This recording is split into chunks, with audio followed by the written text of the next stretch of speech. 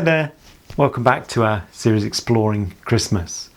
So it's the 7th of December now, so let's have a look on our Advent calendar and see what reference is in our scroll today. There's number 7. Okay, so we're in Isaiah again, Isaiah chapter 9, verses 1 to 7. Quite a long passage this time. And now that's like yesterday's passage. That's another passage that we're familiar with, I'm sure, from carol services. And it's another promise given through the prophet Isaiah. Let me read those verses now. Nevertheless, there will be no more gloom for those who are in distress. In the past, he humbled the land of Zebulun and the land of Naphtali. But in the future, he will honour Galilee of the Gentiles by the way of the sea along the Jordan. The people walking in darkness have seen a great light. On those living in the land of the shadow of death, a light has dawned. You have enlarged the nation and increased their joy. They rejoice before you as people rejoice at the harvest, as men rejoice when dividing the plunder.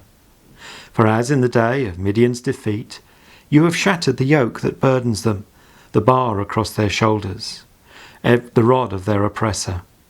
Every warrior's boot used in battle, and every garment rolled in blood will be destined for burning, will be fuel for the fire. For to us a child is born, to us a son is given, and the government will be on his shoulders. And he will be called Wonderful Counselor, Mighty God, Everlasting Father, Prince of Peace. Of the increase of his government and peace there will be no end. He will reign on David's throne and over his kingdom, establishing and upholding it with justice and righteousness from that time on and forever. The zeal of the Lord Almighty will accomplish this.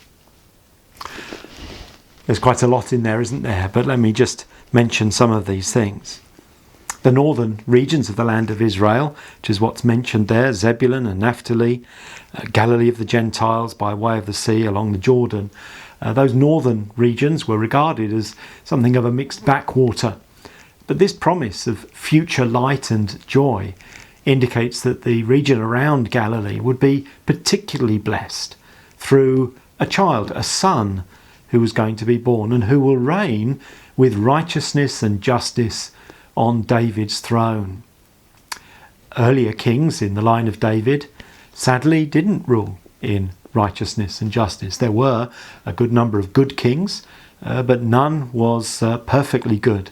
None was fully righteous. But the promise made about this child, this son who was going to be born, was that he would be this righteous king. And it will be an everlasting kingdom established by God himself and ruled over by this promised son. And this son is given these wonderful divine names: Wonderful Counselor, Mighty God, Everlasting Father, Prince of Peace. Again, it is very clear, isn't it, from this prophecy that this will be no ordinary son, no ordinary child who is to be born.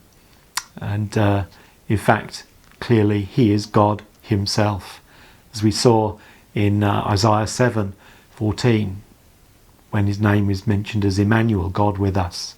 So this is going to be a very special child.